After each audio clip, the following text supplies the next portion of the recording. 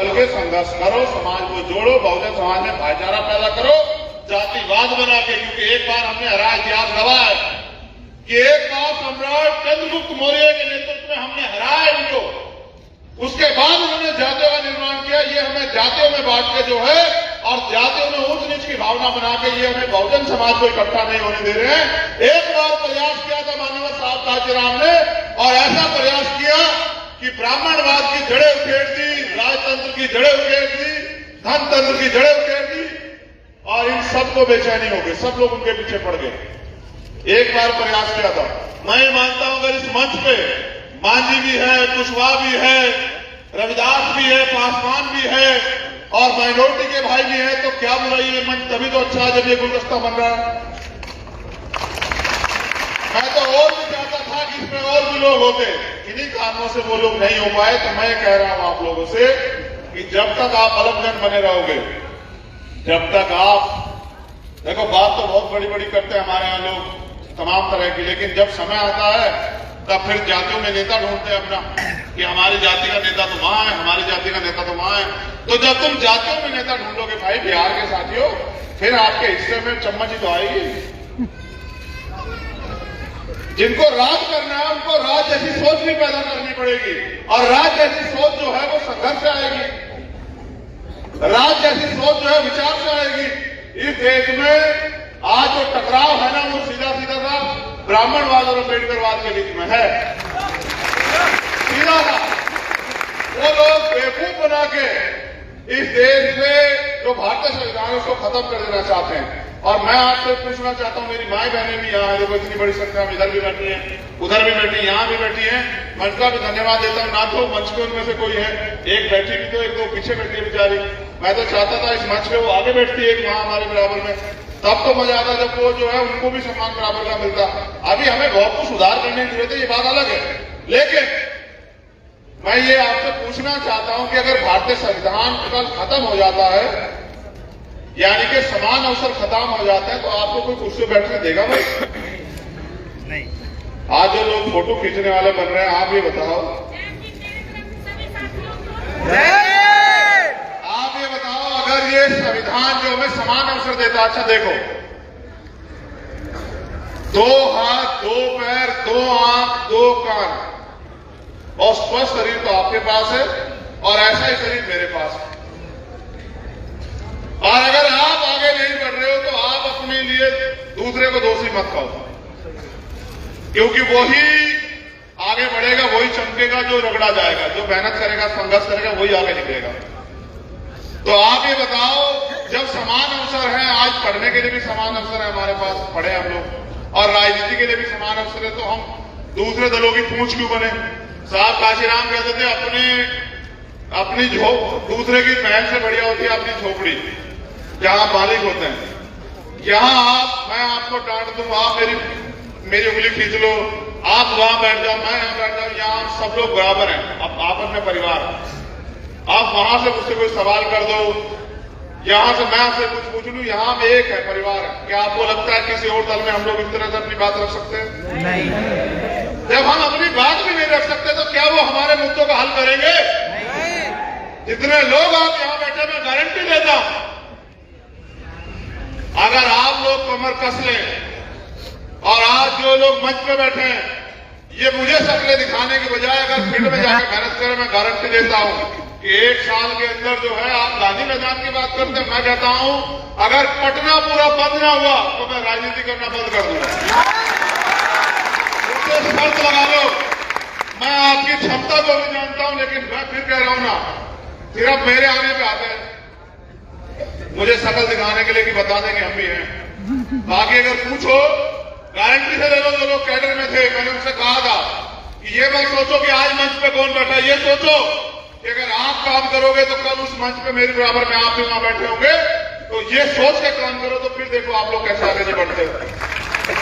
ये कोई बाबा साहब ने क्या कहा जब उन्होंने वोट का अधिकार दिला, अपने 4 बच्चे कुर्बान करके कहा कि आज मैंने नारी का पेट काट दिया। आज के बाद राजा आपकी वोट से तैयार होगा, बैलेट बॉक्स से तैयार होगा। आप मुझे बताओ, मैं भी तो एक प्राइमरी स्कूल के हेडमास्टर का बेटा हूं। बाबा साहब के द्वारा दिए गए आरक्षण से नौकरी लगी मेरे पिताजी की, उनकी नौकरी लगी तो उन्होंने 6 भाई बहनों को पढ़ाया, और मैं पढ़ लिख लिया तभी तो आज यहाँ संघर्ष कर रहा हूं। अगर मैं पढ़ता लिखता नहीं तो भाई मैं भी कहीं जो है मजदूरी कर रहा होगा। मैं आपसे सबसे कहता हूं खूब पढ़ो, और जो लोग राजनीति भी कर रहे हैं उनसे भी कह रहा हूं कि बिना महापुरुषों के संघर्ष को पढ़े आप कभी कामयाब हो ही नहीं सकते। मैं तो यहां जन्मे जननायक कर्पूरी ठाकुर और बाबू जगदेव प्रसाद कुशवाहा, और मैं कहता हूं सबसे पहले अगर मैं उठता हूं तो सबसे पहले बाबू जगदेव प्रसाद कुशवाहा की शहादत को नमन करता हूं, और सबसे पहले उन्हें याद करता हूं कि अर्जक संघ के नाम पे उन्होंने जो विचार दिया, उन्होंने इतना कड़ा जवाब दिया उस समय भी कि वो उनका तोड़ नहीं कर पाए। इसलिए तो जब विचार को नहीं रोक पाए, व्यक्ति को तो हत्या करनी पड़ी, ऐसे हालात बनाए उन्होंने। तो मैं फिर आपसे ये कहता हूं कि आज हालात बहुत खराब, और चारों तरफ एक ही उम्मीद है। बताओ भीम आर्मी के अलावा कोई उम्मीद है क्या? आप बताओ मुझे, बताओ। वो महाराष्ट्र में रहता है और रहने वाला वो राजस्थान का है, उनके यहां 10-20 कैबिनेट मिनिस्टर हैं, एक सेंटर का मिनिस्टर भी है केंद्र की सरकार में, स्टेट की सरकार में, लेकिन उम्मीद वो भीम आर्मी के कार्यकर्ताओं से लगाता है। तो इस विश्वास को आप समझते हैं, विश्वास कैसे पैदा हुआ है? ये विश्वास आपके संघर्ष से पैदा हुआ है। इसलिए मैं आपसे कह रहा हूं कि हमें अपने संघर्ष के बलबूते अपने खून का कतरा कतरा चुका के इस देश में बहुजन राज लाना है, और हमारा नारा है बहुजन स्वराज का। ऐसा राज जहां मानवता की बात हो, ऐसा राज कि जहां तमाम तरह से जो है अंतिम व्यक्ति भी रोटी कपड़ा मकान की लड़ाई न लड़े, उसके सम्मान के साथ छेड़छाड़ ना हो, उसके साथ अन्याय ना हो, उसको तमाम अवसर मिले, वो आगे बढ़े और वो तरक्की करके अपने परिवार को आगे बढ़ाए। और जो गैर बराबरी देश में सामाजिक आधार पे ये छोटा है बड़ा ये खत्म हो जाए, जाति व्यवस्था जो है टूट जाए, उसके लिए पहले हमें जातियों को जोड़ के भाईचारा बना के बहुजन समाज बनाना पड़ेगा। और बहुजन समाज बना के, और बहुजन समाज ऐसे भी नहीं बनेगा कि एक ही जाति के लोग सारे बन जाएं। प्रदेश में, जिले में, संभाग में, मंडल में, विधानसभा में, ऐसे भी नहीं बनेगा। जिसकी जितनी संख्या बारी उसकी इतनी हिस्सेदारी, इस नारे को भी याद रखना पड़ेगा। हमारे महारहबर कह के गए कि बाबा साहब के बच्चों के बिना देश का शासन नहीं चलने दूंगा, और आज बताओ आपके मुद्दों पे कोई बोलना भी नहीं चाहता।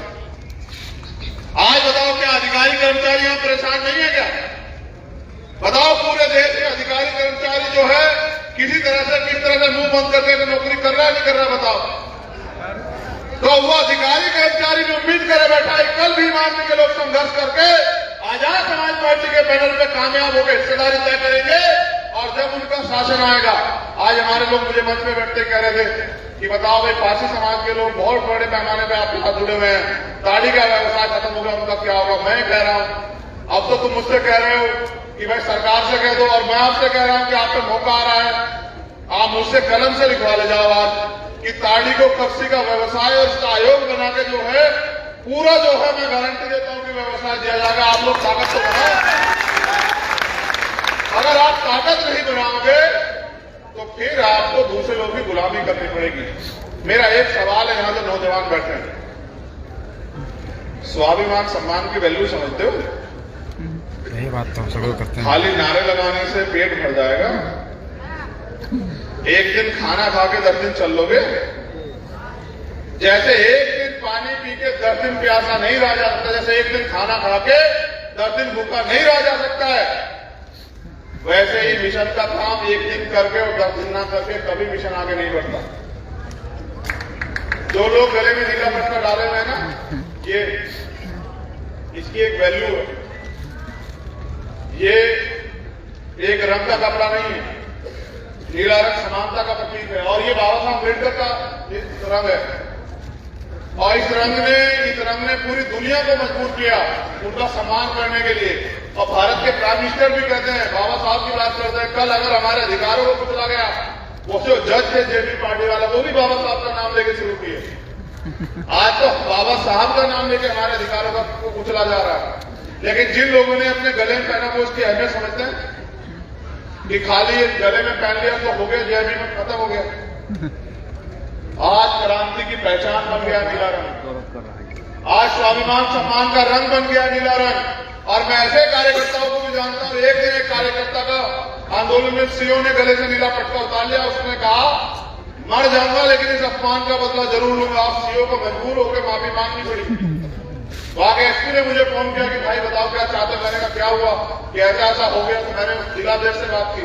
उसने कहा भैया उसने अपमान किया मेरे पट्टे का, भीम आर्मी का अपमान किया, मैं बर्दाश्त नहीं करूंगा। अंत आप विश्वास करो, मेरा फैसलाबाद की बात है। तो वो मैंने कप्तान से कहा कि देखो भीम आर्मी वाले हैं, उनको मैं भी नहीं समझा सकता।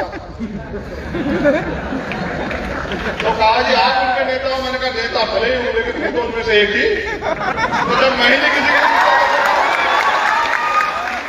मैंने कहा जब मैं ही किसी की नहीं सुनता तो वो किसकी सुनेंगे। तो फिर एसएसपी ने कहा मैं जिम्मेदारी लेता हूं। उसको बुलाया और सम्मान वो पटका उस सीओ के हाथ से गले में डलवाया। और सीओ ने कहा मुझसे गलती हो गई। तब वो माना। देखो कीमत चुकानी पड़ती है। मैं आपको भी कह रहा हूं आप तय करो, बिहार में आप इस अन्याय के साथ जीना चाहते हैं, अपनी ताकत बना के जो है कामयाब हो गए। और ये जो यहाँ बिहार में ये कुर्सियां रखी इन पे बैठना चाहते बताओ। इन कुर्सियों पे खुश हो गए जो यहाँ बैठी बताओ सर। ये जो कुर्सियां मंच में कुर्सियों पे खुश हो या जो बिहार सदन में कुर्सियां रखे उन पे बैठना चाहते बताओ। बिहार सदन में तो बिना मजबूत संगठन बनाए, बिना संघर्ष किए, बिना लोगों को जोड़े कैसे बैठ जाओगे भाई आगे बताओ। हमारे लोग चंद सिक्कों में बिक जाते हैं। कितने सिक्कों पे? चंद सिक्कों की खनखनाहट में जो है एक विधायक और मंत्री के पद के लिए चाटुकार बन जाते हैं। मैं आपसे कह रहा हूं आप काम करो, आपको खरीदने वाले बहुत आएंगे। बच्चा कौन दोगे जी? ये आपको तय करना है, आपको बिकना है नहीं बिकना है। आप काम तो करो। अभी तो आप काम नहीं कर रहे, इसलिए आपके लोग काम नहीं कर रहे। आप एक बार देखो, मैं फिर कह रहा हूं अगर वास्तविकता मुझसे प्यार करते हो तो 6 महीने मेरे हिसाब से काम कर लीजिए। और आप कहोगे ना तीसरे दिन आना, बिहार में तीसरे दिन आऊंगा, लेकिन आऊंगा तभी भीड़ की जरूरत जब आप अपने पैरों पर खड़े होने के लिए संघर्ष करोगे। जब तक आप दूसरों के विकल्प बने रहोगे, कहीं और से चैनलाइज होके नाम तो भीम आर्मी का रखोगे और काम किसी और पार्टी करोगे तो भाई तो खुद आ जाएगा। जब मैं महसूस कर लूंगा कि आप आगे बढ़ना ही नहीं चाहते, जब मैं ये महसूस कर लूंगा कि आप जो है चंद सिक्कों की इंतजार कर रहे हो तो मैं क्यों आऊंगा। आप बता दो बिहार इलेक्शन हुआ, क्या मैंने एक भी दिन आपको मायूस किया? मैं कोई ऐसी विधानसभा बता जिसमें मैं ना गया एक आदि को छोड़ के, मैं सब जगह गया। जैसे आपने रखा वैसे ही रहा, पूरा प्रयास किया कि आप लोग कामयाब हो जाओ, लेकिन नहीं सफलता मिली तो मैंने तो हार नहीं मानी। आप लोग क्यों हार मान रहे हो? लोकतंत्र में जिनका वोट होता है उनका राज होता है। वोट आपके पास है, राज भी आपका, राजनीति आपका होना चाहिए। इस बात को आप नहीं समझ रहे हो। आपकी आबादी स्टेट में 85% है और बिहार में तो हो सके 85 से भी ज्यादा हो, और फिर भी आप बिहार में क्या हालात है आपके, आप बताओ। मैंने क्या बिहार में वो बाढ़ का समय नहीं देखा? तो अगर एक दिन अपने दर्द को याद रखोगे तो काम नहीं चलेगा, और रोज रोज अपने संघर्ष को कामयाब करोगे, मेहनत करोगे, तो वो दिन दूर नहीं कि जब यहाँ के विधानसभा में, यहाँ के तमाम तरह की योजनाओं में आपकी कलम चलेगी। तो मैं तो बस आपसे पूछने के लिए आया हूं, अगर आप तैयार हो बिहार में संघर्ष करने के लिए, तो मैं गारंटी से देता हूं, संघर्ष का तरीका बता दे रहा हूं। अपने जिलों का संगठन बनाओ, विधानसभा का संगठन बनाओ, और वहां सबसे पहले कैडर कराओ। बिहार में भी कैडराइज लोग होंगे, अगर यहाँ नहीं होंगे तो मैं करूंगा, मैं जिम्मेदार लेता हूं 2 दिन के कैडर। 2 दिन का नहीं करूंगा तो 1 दिन का करूंगा।